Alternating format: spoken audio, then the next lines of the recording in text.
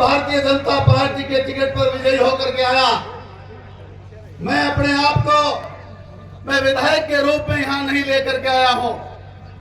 मैं अपने आप को एक साधारण किसान का बेटा रणधीर पनिहार जो हूँ, वही आपके बीच में नतमस्तक होता हूँ समाज के सामने। राजनीति से बड़ा महत्व मैं अपनी कौम को और अपनी बिरादरी को देने का काम करता हूँ। और मैं प्रत्येक उस बड़े नेता, चाहे वो लोग यहाँ हैं और वो चाहे बहुत से ऐसे बड़े नेता हैं, केवल वो राजनीति के चक्कर में अपने आप को समाज से दूर रखे हुए, उनसे मेरी प्रार्थना है कैसे ऐसी ऐतिहासिक जगह पर उनको आकर के समाज को एकत्रित करके, समाज को इकट्ठा करके, जहां हरियाणा प्रांत और देश भर और दुनिया में लोग अपनी अपनी कौम को आगे बढ़ाने का जहां काम कर रहे हैं, उनको भी आकर के इस हमारी कौम को और ताकतवर बना करके, राजनीतिक शक्ति प्रदान करके, न केवल हमारे हिंदुस्तान में बल्कि बाहर भी अपनी राजनीतिक ताकत का लोहा मनवाना चाहिए। दोस्तों, हमारी एक ऐसी कौम जो आज यहाँ मैं जो उल्लेख कर रहा था, तीसरी बार आया हूँ। जब पहले आया ये खचाखच भरा हुआ मैदान था, जब बीच में आया तो आधी जनसंख्या रह गई। और आज मेरे भाइयों, आज अफसोस के साथ कहना पड़ता, हमारी कुर्सियां खाली हैं।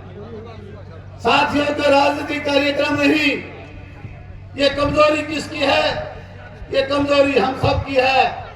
भाई नाना जी ने कहा, हमारे समाज को अगर आप ताकतवर बनाना चाहते हो तो दोस्तों, आप जो संयम से बैठे लोग हो, केवल इन्हीं से प्रार्थना है कि इस बार से आपको अपनी धर्मपत्नी को साथ देना पड़े, अपनी बेटी और बेटे को साथ देना पड़े, एक के साथ दो लेकर के आ जाना। हमारे कार्यक्रम को और ताकत और मजबूती मिलेगी। क्या ऐसा करने में आप संभव हैं तो हाथ उठा करके मेरी बात के साथ बात मिलाने का काम करना।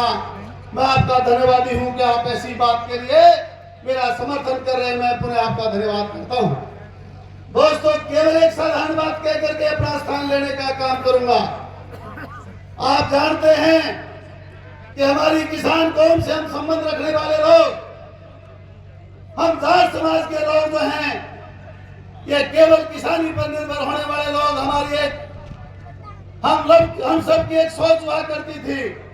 आज से लगभग 40-45 साल पहले जब सुबह उठ करके 4 बजे, मैं तो अपने घर के इलाके की बात करता हूं कि वहां पर चाहे हमारा बुजुर्ग हो, चाहे हमारे साथ सांझे की खेती करने वाला किसान जो है, वो किसी भी बिरादरी से संबंध रखता था।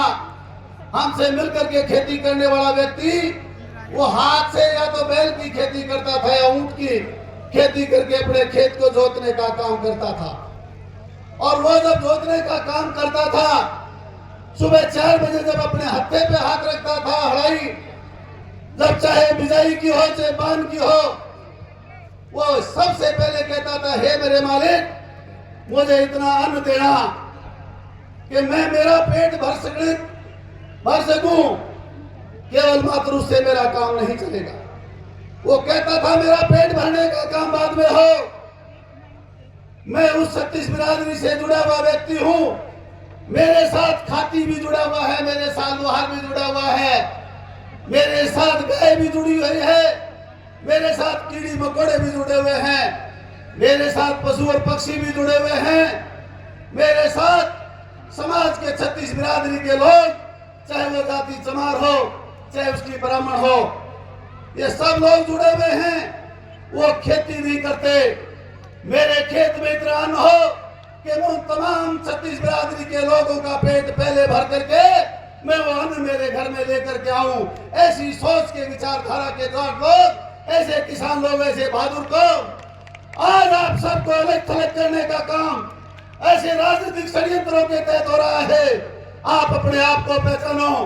ऐसी कौम जो अपने आप नहीं, अपने आप के लिए नहीं, वो देश हित के लिए काम करती है, समाज हित के लिए काम करने वाली, 36 बिरादरी के लिए काम करने वाली कौम को अलग थलग कैसे होना पड़ रहा है, इसके लिए आपको सोचना नहीं केवल आपको पड़ेगा बल्कि आने वाली पीढ़ियों को भी पड़ेगा।